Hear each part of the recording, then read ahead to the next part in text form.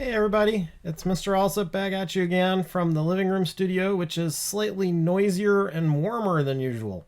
The windows are open, so you might hear some bird song. The house is nice and warm from all of this great weather we've been having, and Mr. Alsup is just really happy to be back here with you in one of our last few weeks of the school year. So not much school year left.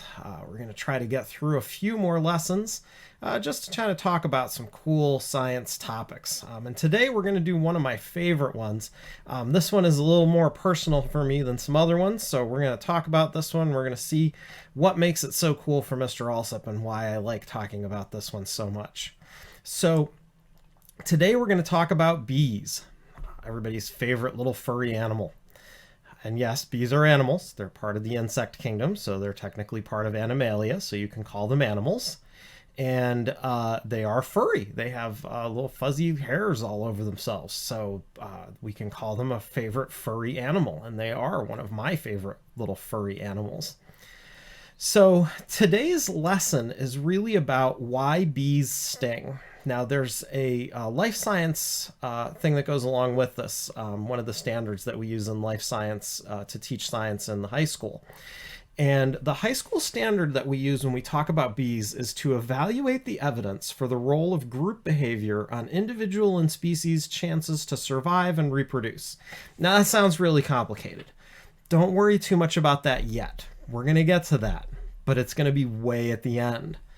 We're going to have to learn a lot more about bees before we can start talking about how they behave and why they behave the way they behave, and how that influences their chances to survive and reproduce. And this is going to come back to some of the stuff that we talked about when we talked about Charles Darwin and his theory of evolution and how things change over time. So there's going to be a little bit of that worked in here too. But let's start off with why I like bees so much personally. I had bees of my own for a long time. This is me in my backyard with my bees. You'll notice that I'm wearing protective gear while I'm handling my bees. Most of that protective gear is not completely necessary, but it is nice to feel safe when you're working with your bees. One of the big things that happens when you work with bees is sometimes you can get really too tense and really too worked up about what you're doing, and you're not really in the moment as much as you should be, and you're more conscious of things that you're doing, and when you start getting into that thing where you're nervous, then the bees can kind of sense that, and they sense that there's something off about what's going on. And so we try to, when we work with bees, to be really calm and really relaxed and just free our minds from everything else so that we can just focus in on what we're doing with the bees.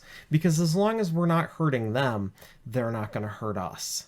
And so you can see here I am holding on to a honeycomb that has some bees on it. This is part of a hive. This is part of a type of hive called a Langstroth hive. A Langstroth hive is a very particular kind of hive that beekeepers use to take care of their bees so that they can observe them and look in on what they're doing. And me personally, I like looking at my bees. I know it's a little disruptive for them, and I know it's not completely 100% necessary, but I enjoy the experience of checking on them.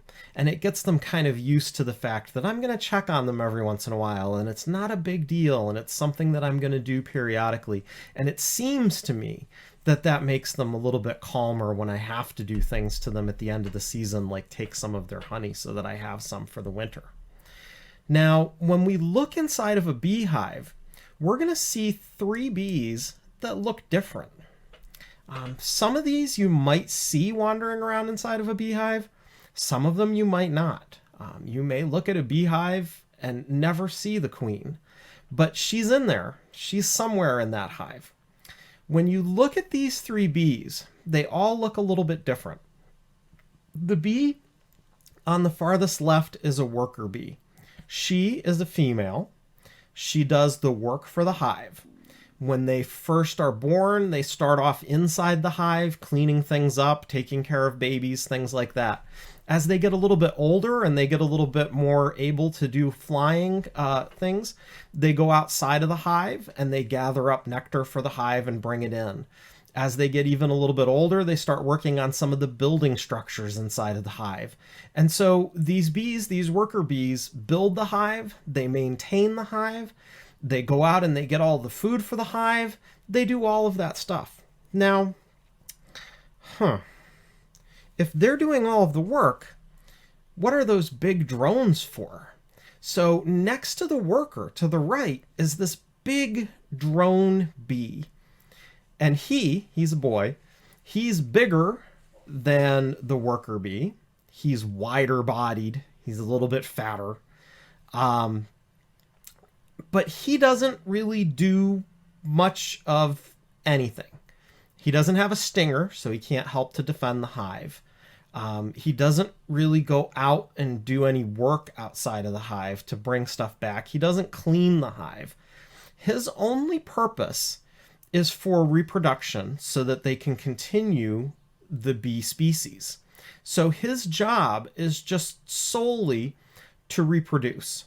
And he'll only do that one time, and then he'll die. So he has a very limited life, and a very limited things that he does. And he's only around in the hive for a very limited amount of time.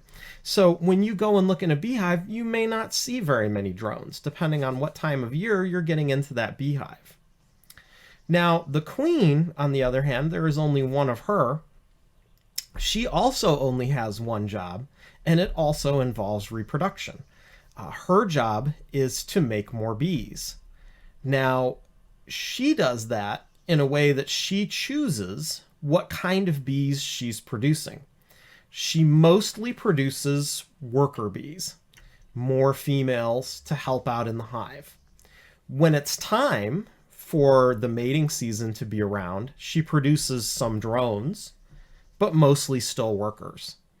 And if the hive starts to get too full and the hive is getting to be problematic, there's too many bees in there, or she's getting older and she's starting to really slow down, she might even produce another queen that will replace her. So a queen's life is kind of an interesting one. She's just there to make more bees. The drones are just there to make more bees, but in a very different way. They're only around for a little bit of it. Now, when we see these bees and we notice these bees may not look exactly like the bees that you see outside all of the time. And that's because sometimes things that we call a bee aren't actually even really bees. So when you get stung, the first question you ask yourself is, was that really a bee? Because so many people, when they get stung, their first reaction is, ooh, I got stung by a bee. And the reality is, most of the time it's not a bee. Most of the time what's stinging you is either a wasp or a hornet. Hornets and wasps are very different than bees, and they have very different attitudes towards the world. So let's take a look at some things and see if we can kind of find out a little bit more about what we might be seeing when we go outside and we see something and we go, oh, look, a bee. One of the things I hear most often is about beehives. People go outside and they go, oh, that's a beehive up in that tree. And the reality is a lot of times it's not really a beehive. So let's take a look at this first one. This is not a beehive. This is bees. These are bees. These are honeybees. So we're in the right area. They're bees. But this is not a hive. This is what's called a swarm. These are a bunch of bees that have left their hive. Their hive maybe has gotten too many bees in it. And so when you have too many bees in your hive, you have to get more space. And so the queen will lay a new queen, and then she will take off with half of the bees in the hive. Now, when she does this, some scouts go out first and try to find her a nice place to land so that she can hang out and wait while they find her a new hive. And so those scouts will find a branch, and they'll let her know where that branch is. And then she will fly out and land on that branch with half of the bees in the hive. Now, these bees from the hive are going to take everything they need to get a new hive started, which means they're going to take with them a whole lot of honey, a whole lot of nectar, a whole lot of pollen.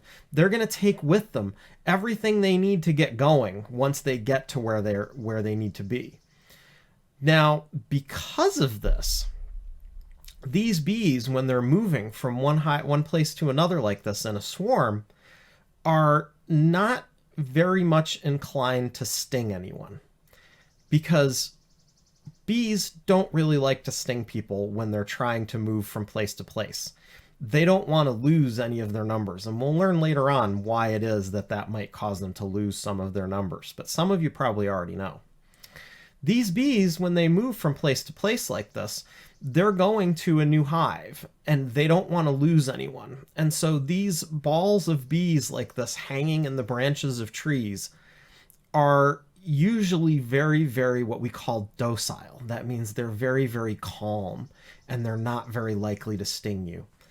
In fact, if you're a beekeeper like me, and you see one of these, this is the kind of bees that you really want to go and gather up and collect. You want to bring them home, and you want to put them in a hive at your house.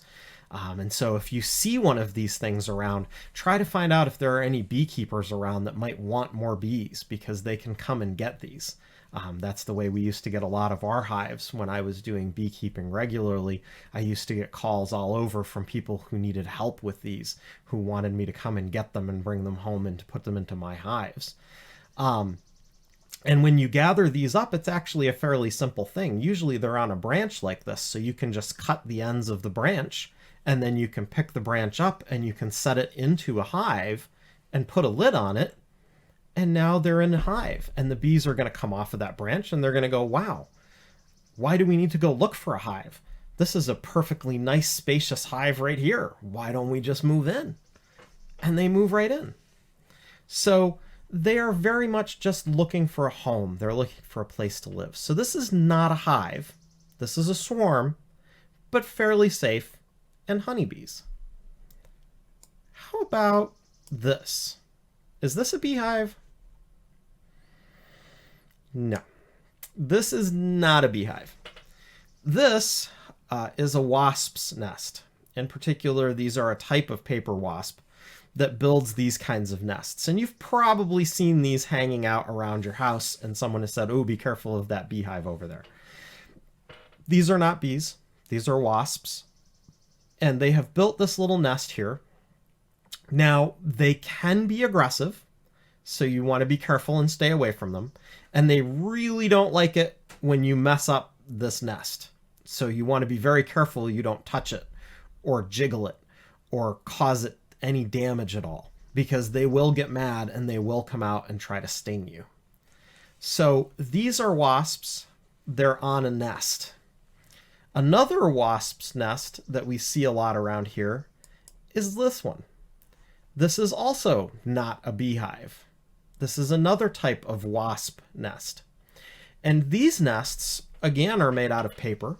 The wasps chew up bark from trees and use their saliva to actually build this into a paper nest for themselves. And these wasps that live in this type of nest are a little bit less aggressive than the other ones. But again, you don't want to get too close to this, and you certainly don't ever want to touch it or poke it with a stick or anything like that, because there could be wasps inside. Now, that's not to say they're always there. These type of nests, the wasps build them and they use them for only one season. That means they will nest there one time from springtime to winter, and then they're done with that nest. They make the nest in the spring. One female comes along and starts building, and she starts making herself a little nest. And as she makes the nest, she lays eggs in there, and those hatch into more females. And those females go out and they gather up more materials to build the nest even bigger. And after a while, all of these female wasps come together and they just build this big structure that they can all live in.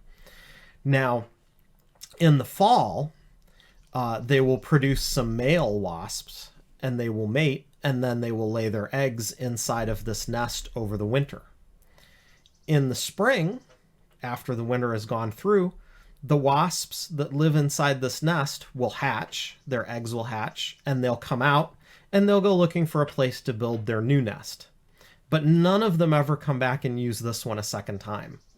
It seems a little weird that these animals would build this home and then only use it 1 year, but that's what they do. They just don't have a need to come back to the same place year after year. They just use it once and then they're done. So is this a beehive? Well, yes, Marge Simpson's hairstyle is something that's called a beehive hairdo.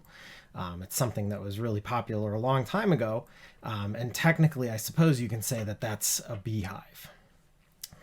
Let's take a look at this one. Now, this is actually a beehive. This is a beehive that a friend of mine found. She had a tree in her front yard that fell over. And when that tree fell over, she called an arborist, someone who works with trees, to come over and try to, fix it up and cut down the wood that was still there and get it all settled so that her yard would be nice afterwards. And when that person came over to take care of the tree, they found that the tree was hollow. The inside of the tree had nothing in it except for a beehive. So somewhere along the line, the internal part of the tree had died, left behind a hollow, probably excavated by a woodpecker or some other kind of bird that made itself a little nest inside the tree and linked into the hollow that was there in the tree. Now, the bees went all the way down to the bottom of the tree, and they made a lovely little beehive down in the roots of this tree. So here you see a picture of that beehive down in the roots of the tree. Now, her arborists were capable of taking care of the tree part, but they didn't know what to do with the beehive. So she started asking around. Now, I told her if I was around, I would probably come over and see if I could figure out how to get those bees, but she lives a long way away. So she asked, is there anything else I can do? I said, well, you could build them a roof, and then they could stay living there as long as there was something over them to keep them from getting wet and to keep them safe from predators and things that might try to sneak in there and get their honey. I said, just put a little roof over them and leave them a little way to get out and in, and they should be able to take care of it. And if they feel like this new area is not secure enough, they will eventually swarm out. They'll all just move out and leave your stump alone, and then you won't have to deal with them at all. And she said, that's a really good idea. So she got herself a little roof that she built for her little beehive, and they've been living there happily underneath the little roof that she built for them for a while now. So it looks like her bee problem is solved. But this is what a beehive is typically looking like in nature. And when we see bees in nature, that's usually where they're living, is inside of trees that have died and left a big hole in the middle of the tree for them.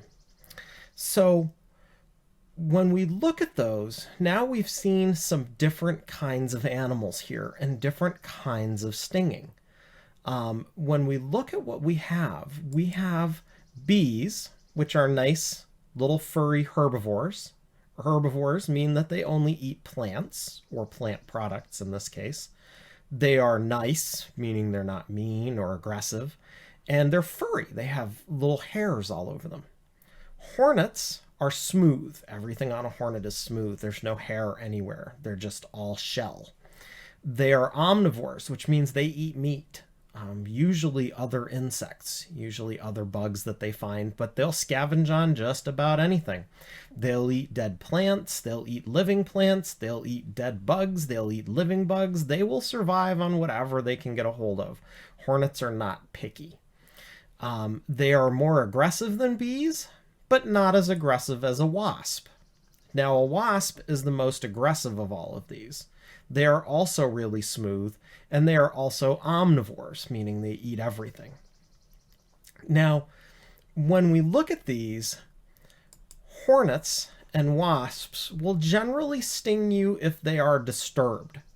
That means if you come across their nest and you do anything that they think is aggressive, they're going to come after you and they're going to try to sting you.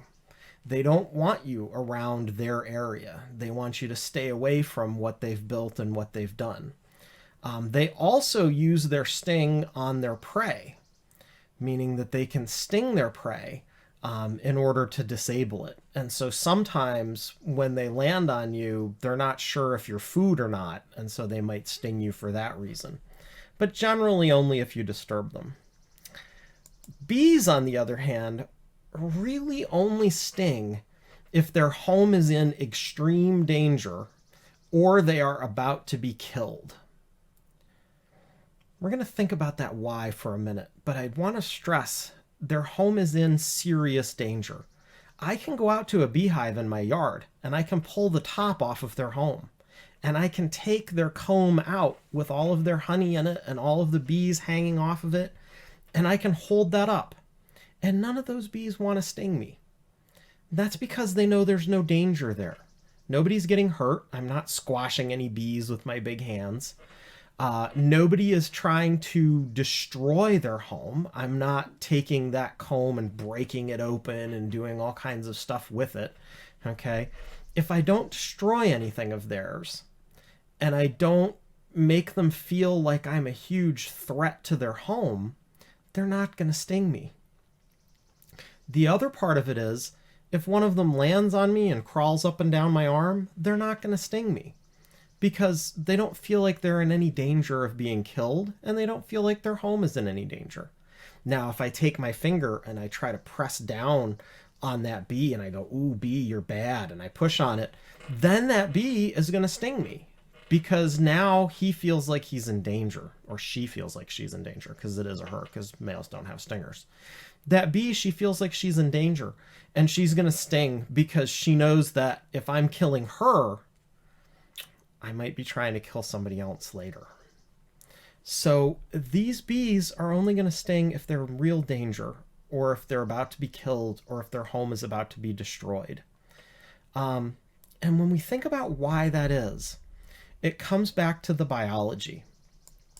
Wasps and hornets, after they sting, they continue living.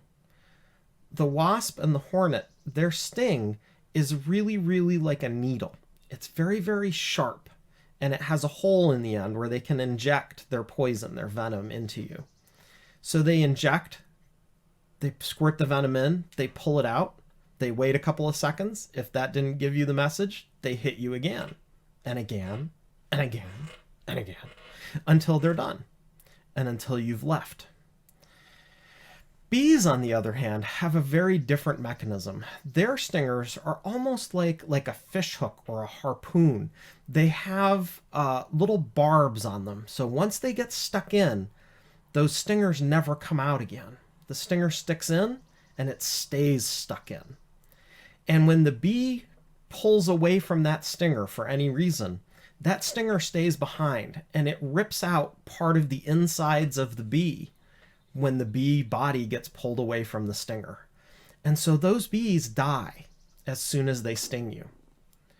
Now, some people, when we think about why do bees sting,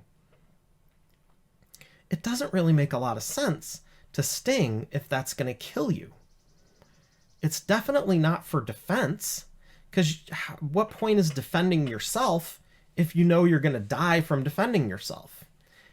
If you're defending your home and you sting something, it's not going to be your home anymore, because you're going to be dead, because you've stung something that it kills you when you sting it. So all of a sudden we have these bees who are engaging this behavior that doesn't help the individual bee that's doing it. This behavior, this thing that they're doing, this stinging of you, doesn't help the individual bee. The individual bee is going to die for doing it. But it doesn't care, because what it does do, okay, why you defend yourself that way, is it helps other bees. So the other bees in your hive, now they have a chance to survive.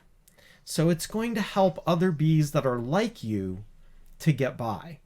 And in this case, one of the things we have to remember is that all of these bees are technically sisters. They were all born from the same queen. They are all females. They are all sisterhood. they're all about the group of them together. Any one bee is not as important as the whole hive of bees.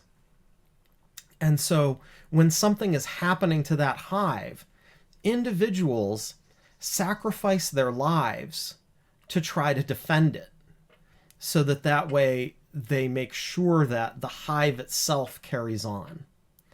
And they do this for what a lot of biologists consider to be a fairly selfish reason, and that is that it will continue their genes. The DNA of these bees is all the same. They're all sisters, born from the same mother and father. And so their DNA is likely to be only slightly different between individual bees in this hive. And so as a result, if one of those bees ends up being the bee that ends up reproducing later, which it won't be because the queen's going to lay herself a replacement queen, but we won't get into that. If we can save the overall hive, we save our own genetics. And so that's what the bees are thinking, is if I save this hive, it will save my genes, which are present in whatever the new queen is going to be. It's going to save that, so that way in the future, other bees that come from my hive are going to carry on my genes and carry on my family. So they're doing this to make sure that their species as a whole survives, and that so their DNA as a whole survives. Why is there a peacock? So peacocks are another interesting example of this. You know that male peacocks have this big, beautiful, showy tail. Okay, it's gorgeous. Looks great. The ladies, peacock ladies, peahens, they look out there and they're looking for the male with the most fabulous tail feathers. And they are not going to settle for anything less than the best. They want the best looking tail feathers on their males. And this creates a problem, because what if you're a male peacock and your tail isn't so great? Ah! Okay, like this peacock is saying. He's a little upset. His tail isn't that great. None of the lady peahens want to be with him. So how does he get a chance to make sure his DNA gets passed on? How does that happen for him? Well, in peacocks, they have a very interesting process for this called lekking. Now, a lek is when a group of male peacocks who are all related get together and parade around together and show off their tails. How is that going to help? Well, here's how it helps.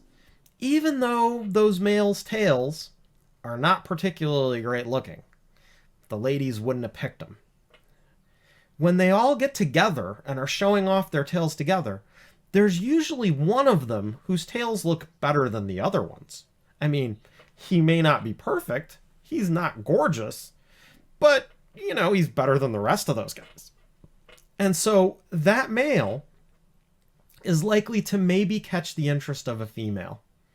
And if he does, now all of the members in that group, because they're all related, they're a bunch of cousins and uncles and maybe, you know, some brothers that are all together, because they're all related males, by getting one of them to shine, that ensures that their DNA will carry on, that he will get a chance to mate, and their DNA, because they're related, he's got DNA that's very similar to theirs, their DNA is going to carry on.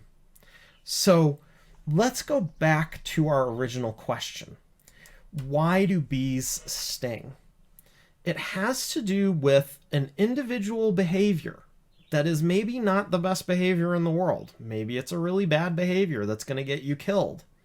But that individual behavior improves the species' chance to survive and reproduce. And more importantly, the family's chance. The things that have genes like you, their chance to survive and reproduce. And that's what we're really talking about here today.